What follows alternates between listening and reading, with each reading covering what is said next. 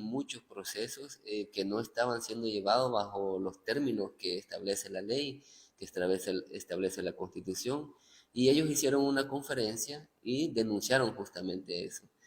Y denunciaron que este procurador, que supuestamente es el defensor de los derechos humanos en nuestro país, ha guardado silencio frente a muchos casos que es evidente que se ha cometido este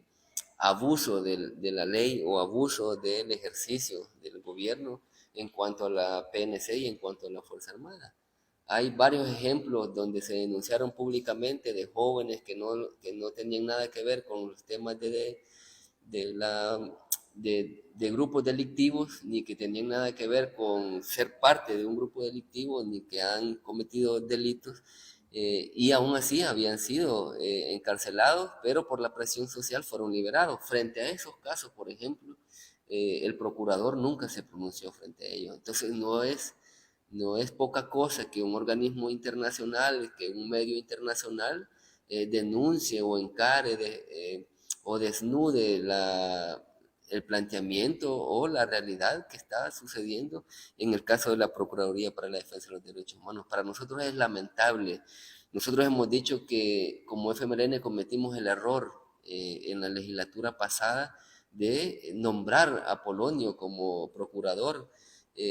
porque hemos descubierto que no tiene, o hemos evidenciado, mejor dicho, que no tiene ni la altura, ni siquiera también la valentía política de guiarse en función de lo que mandata que debe tener la Procuraduría para la Defensa de los Derechos Humanos. Él debe ser el principal vocero en términos de los derechos humanos. Entonces, hoy su reelección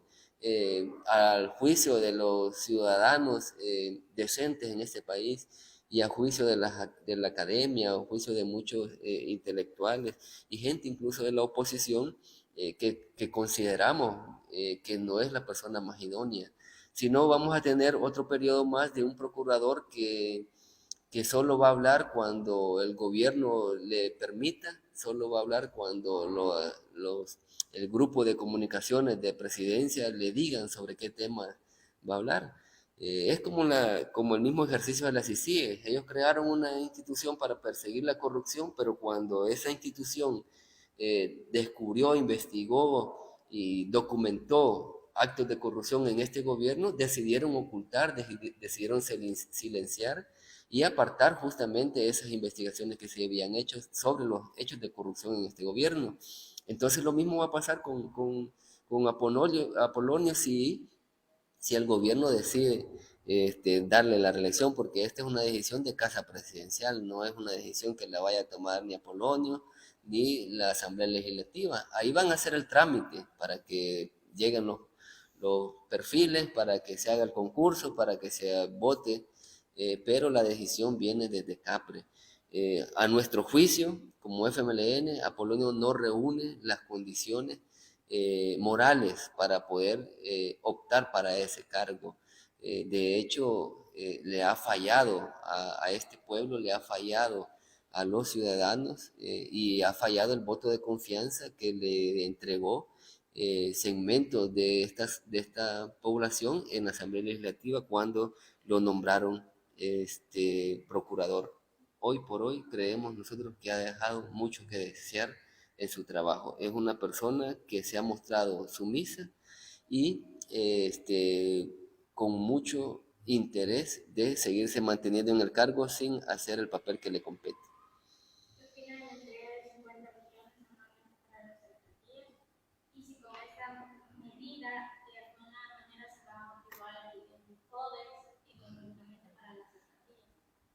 Para nosotros ese tipo de medidas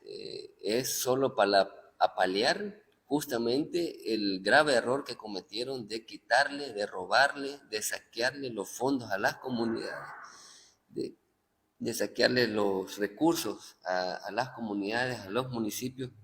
para poder resolver los problemas. Hoy estamos enfrentando en la sociedad salvadoreña muchas situaciones de calles sin asfaltar, de programas sociales que van dirigidos a la juventud, a las personas de la tercera edad, que hoy no pueden ser atendidos porque no existen recursos. Entonces, estas medidas que hace el gobierno de entregar cantidad temporalmente de dinero a las carteras municipales solo va a servir para resolver problemas temporales, pero no para planificar un proceso de resolver dificultades en los municipios. Por ejemplo, yo decía en otros momentos,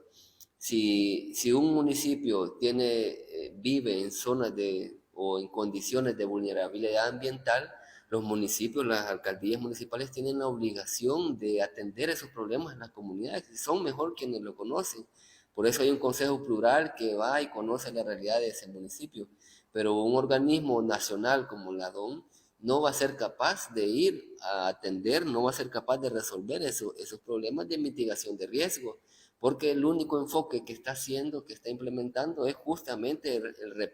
reparar algunas de las calles, principalmente de las ciudades más importantes, pero los cantones, los municipios más,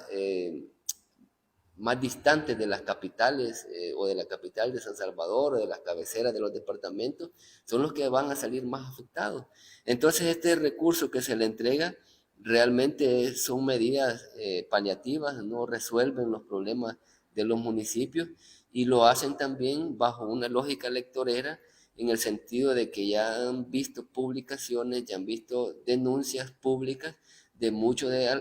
alcaldes, incluidos los de Nuevas Ideas, que han exigido que se devuelva el FODES, que han exigido de que efectivamente se les devuelva lo que le corresponde a las comunidades, de lo que le corresponde a los municipios con el FODES. Entonces, es una medida a nuestro juicio que no resuelve los problemas, sino que lo único que hace es prorrogar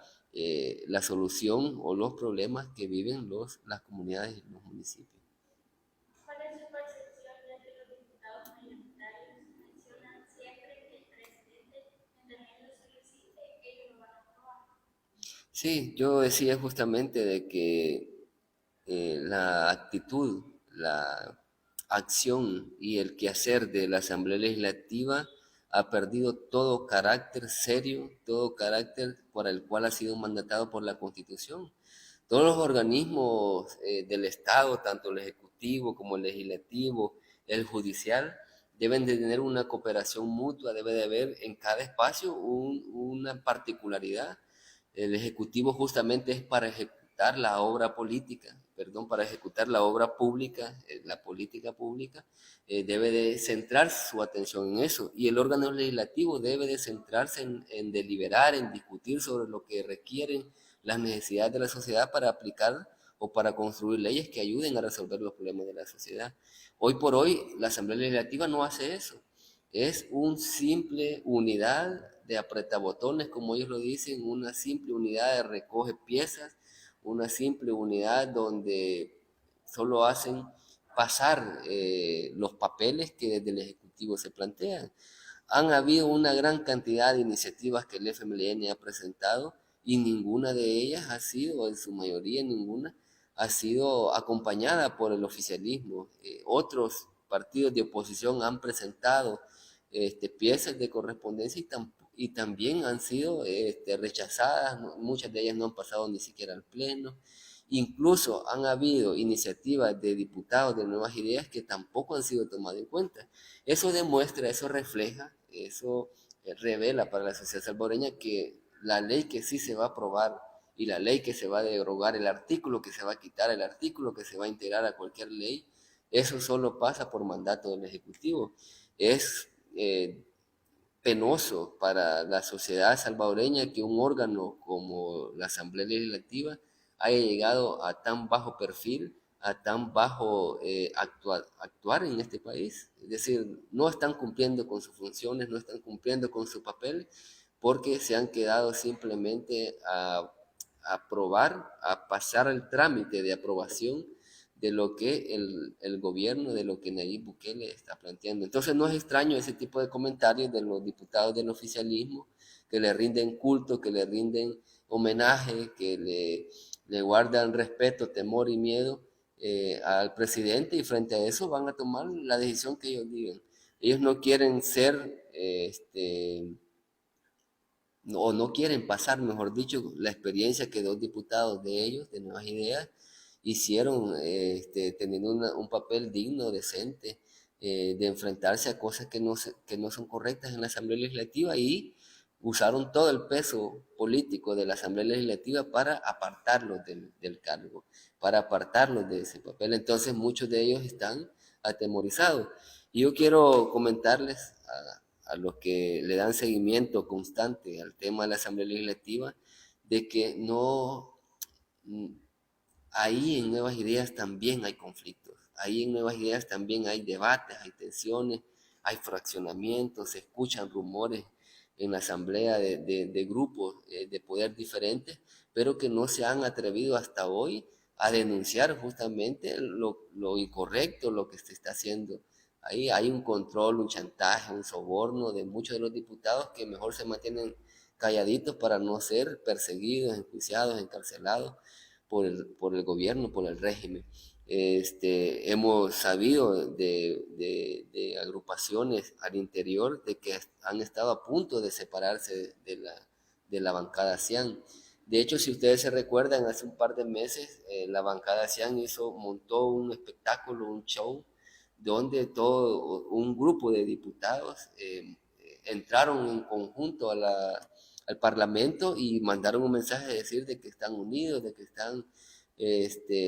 apoyando al presidente, y eso lo hicieron justamente porque demuestran que hay debilidad en ese. Entonces, esa burbuja no va a permanecer por siempre, ese encanto o esa que hay en torno al grupo del oficialismo no va a concluir en feliz término. Tenemos información de que efectivamente hay tensiones fuertes. Para finalizar, su opinión de lo que está sucediendo en la residencia de San Francisco y si cree que el gobierno está actuando de alguna forma. Pues justamente este tema nos permite o nos ayuda a plantear un tema que a nuestro juicio es de fondo. Miren, este gobierno es un gobierno de maquetas, un gobierno de mentiras, un gobierno de manipulaciones, porque ellos le han vendido a la sociedad salvadoreña que este es el país de las maravillas. ¿Y qué es lo que le pintan a la sociedad salvadoreña como lo nuevo, como lo novedoso? Pues son lo que hemos visto a las orillas de la playa, donde se ha ido a abrir actividades recreativas que son importantes, que son positivas para que las generaciones puedan ir a disfrutar, a recrearse ahí. Pero eso, si uno se enfoca en el tema del desarrollo del país, no le trae mayores resultados ni a la situación de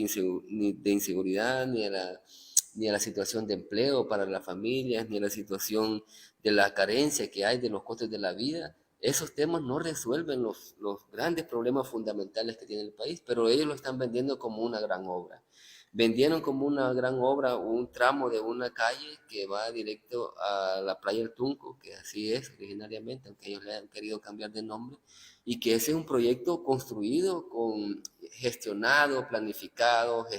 implementado por los gobiernos del FMLN, y ellos terminaron un tramo pequeño. Entonces, ellos venden ilusiones a este país de que estamos saliendo de la pobreza, de las desigualdades, pero la realidad concreta de la sociedad salvadoreña es que se topa todos los días con que la gasolina está cara, con que los productos básicos para el consumo están caros, que los $100 que antes ocupaba para poder comprar lo de un mes, lo de 2 meses, ya no le alcanza. Entonces, es decir, las carestías económicas de las familias salvadoreñas, del bolsillo de las familias salvadoreñas, siguen afectando. Entonces, así como ese también